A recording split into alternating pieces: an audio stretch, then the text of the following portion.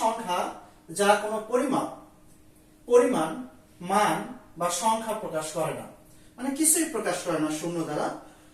শূন্যকে আরবীয়রা খালি মনে করত, এর জন্য তারা একটা কুসংস্কার ব্যবহার করত, অর্থাৎ কুসংস্কার মানত যে শূন্য কোনো কিছুতে ব্যবহার করা যাবে না।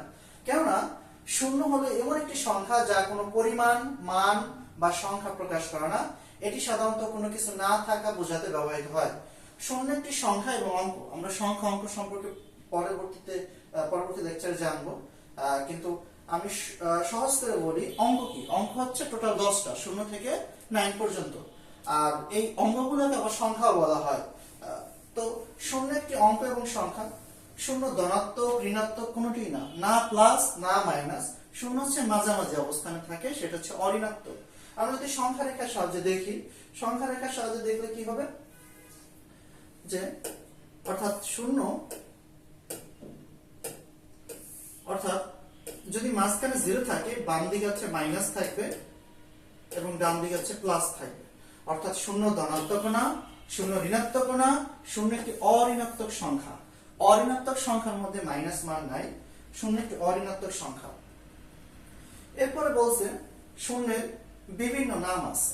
শূন্যের জিফাইর একটা নাম আছে, সাফাইর একটা নাম আছে, শূন্য, C4, 0, নেফর। তো মিশরীয়রা, আরবীয়রা এগুলা ব্যবহার করত, শূন্য সংস্কৃত ভাষার শব্দ। তো জিফাইরো, সাফায়া, শূন্য, C4, 0, নেফর।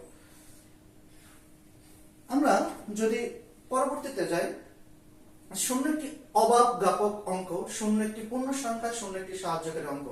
অবাব জ্ঞাপক, পূর্ণ সংখ্যা এবং সাহায্যকারী অঙ্ক। তো এখানে শূন্য একটি মূলদ সংখ্যা, বাস্তব সংখ্যা, অখণ্ড সংখ্যা, শূন্য একটি জোড় সংখ্যা। অর্থাৎ আমরা এখান থেকে জানতে পারবো শূন্য একটি অবাব জ্ঞাপক অঙ্ক, শূন্য একটি পূর্ণ সংখ্যা, শূন্য একটি সাহায্যকারী অঙ্ক, শূন্য একটি মূলদ সংখ্যা, শূন্য একটি বাস্তব সংখ্যা, শূন্য একটি অখণ্ড সংখ্যা, শূন্য একটি জোড় সংখ্যা।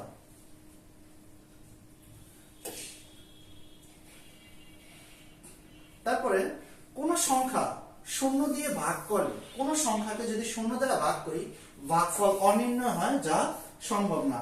যেমন আমরা যদি 10কে শূন্য দ্বারা ভাগ করি, ভাগফল অনির্ণয়, যা সম্ভব না, অর্থাৎ ভাগফল আসবে না, ভাগফল আসবে না, হচ্ছে শূন্যের বিষয়।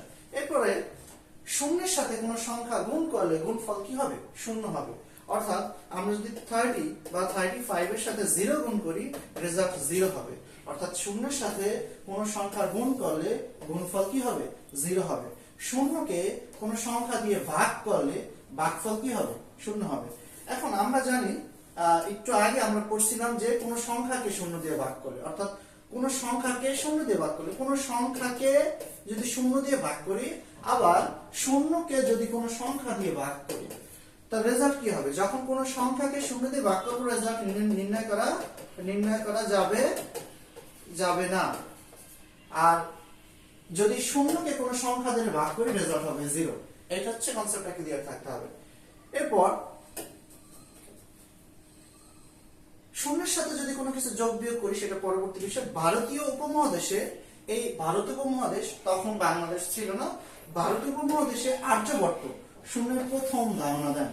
অনেক জায়গায় আছে আর্যভট্ট শূন্য আবিষ্কার করেন, কিন্তু না, ভারত উপমহাদেশে আর্যভট্ট শূন্যের প্রথম ধারণা দেন এবং ব্রহ্মগুপ্ত শূন্য আবিষ্কার করেন। অর্থাৎ ভারত উপমহাদেশে আর্যভট্ট শূন্যের প্রথম ধারণা দেন এবং ব্রহ্মগুপ্ত হচ্ছে শূন্য আবিষ্কার করেন।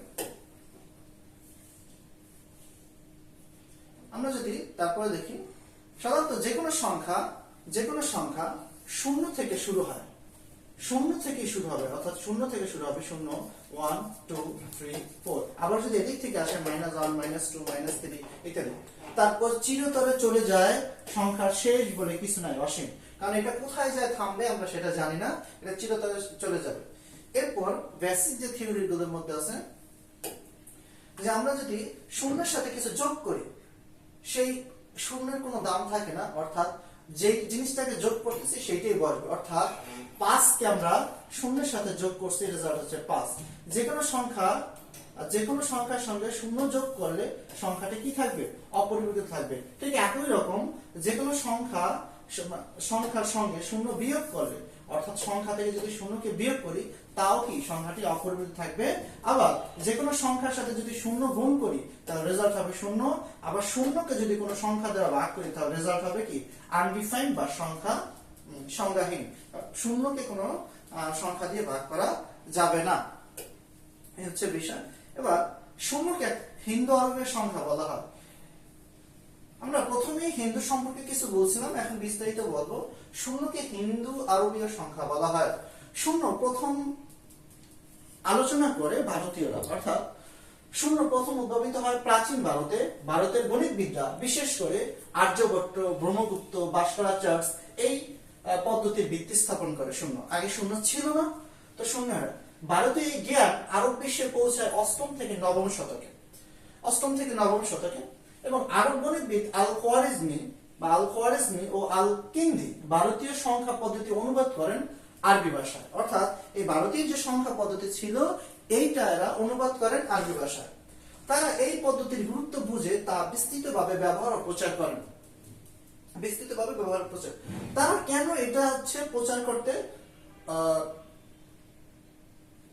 আগ্রহী হয়? কেননা তৎকালীন সময়ে ওই সাইডে, অর্থাৎ ভারত ছাড়া অন্য কোনো সাইডে শূন্য নিয়ে আলোচনা ছিল না।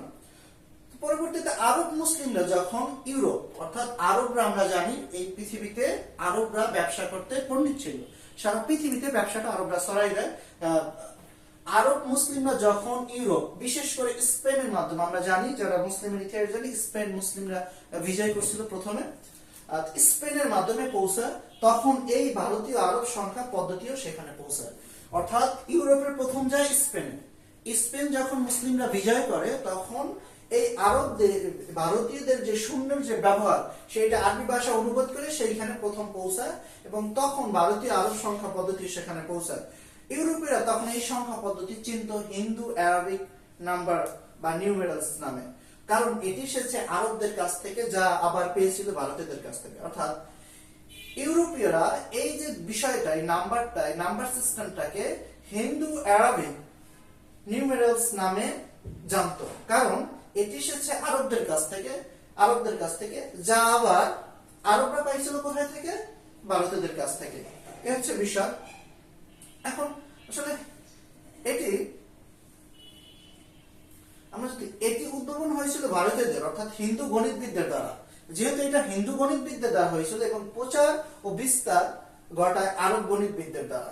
এখন আমরা হিন্দু বলতে এখানে কোনো ধর্মকে আইডেন্টিফাই করতেছি না, এবং আরব বলতে আমরা এখানে কোনো ধর্মকে আইডেন্টিফাই করতেছি না। হিন্দু বলতে আমরা যাদের সনাতন ধর্ম তারাও না, আবার আরব বলতে মুসলিম তারাও না এখানে। তাই এই যে হিন্দু আরব, তাই সম্মান স্বরূপ উভয় জাতির, একটা জাতিকে বুঝাইছে। যেমন বাঙালি জাতির মধ্যে হিন্দু, মুসলিম, খ্রিস্টান সব আছে, একটা হিন্দু জাতি, একটা আরব জাতি। আমরা একটু পরে আলোচনা করব, হিন্দু কোনো ধর্মের নাম না এখানে যখন আমরা আলোচনা করতেছি। তাই সম্মানস্বরূপ উভয় জাতির নাম যুক্ত করে একে হিন্দু আরবি সংখ্যা পদ্ধতি বা হিন্দু আরবের সংখ্যা বলা হয়। এখন আমরা এখান থেকে হিন্দু নিয়ে আলোচনা করছিলাম। হিন্দু মূলত একটা ভৌগোলিক নাম। সাধারণত সিন্ধু নদীর অববাহিকায় যারা বসবাস করতো তাদেরকে হিন্দু বলা হইতো।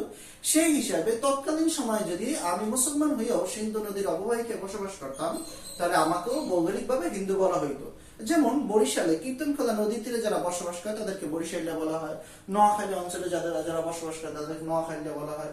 বা হিন্দু শব্দটি এসেছে সিন্ধু থেকে, ওই যে সিন্ধু নদীর অববাহিকায়, যেটা একটা ভারতের নদী, বর্তমানে পাকিস্তানের সিন্ধু প্রদেশে অবস্থিত বা বেশিরভাগ আছে। তো বর্তমানে সিন্ধু নদী পাকিস্তানের প্রধান নদী হিসাবে থাকে। প্রাচীন পার্সিরা যারা ইরানি আছে তারা স উচ্চারণ করতে পারতো না, তাই সিন্ধুকে বলতো হিন্দু। এই যে শটা, এই শটা উচ্চারণ করতে পারতো না। অনেকে আছে, যেমন আমাদের বরিশাল অঞ্চলে অনেক সময় টাকাকে টাহা বলে, পর পরিবর্তে হ হিসাব করে।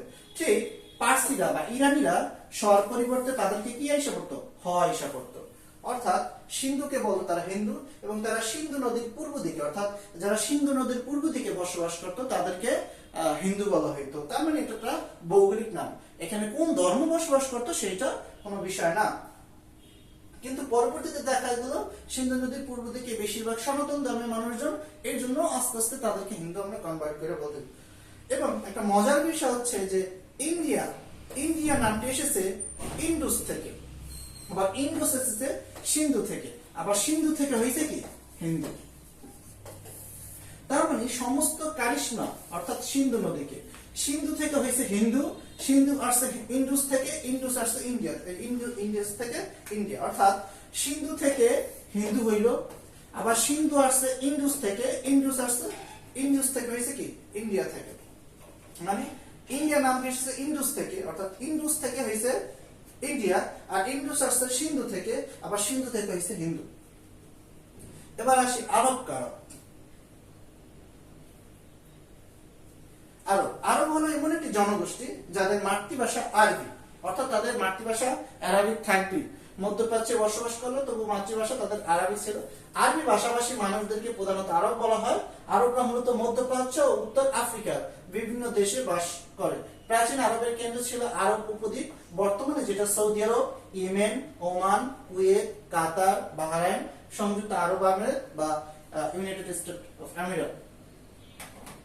এইখানে হচ্ছে শূন্য সম্পর্কে গেল। আমি আবারও বলতেছি, শূন্যের যে বিস্তারিত এখানে ভিডিওটা স্লো করে সম্পূর্ণ এখানে দেখতে হবে। শূন্যের যে ইতিহাস, সংক্ষিপ্ত ইতিহাস এখানে আলোচনা করা হলো। ঠিক আছে।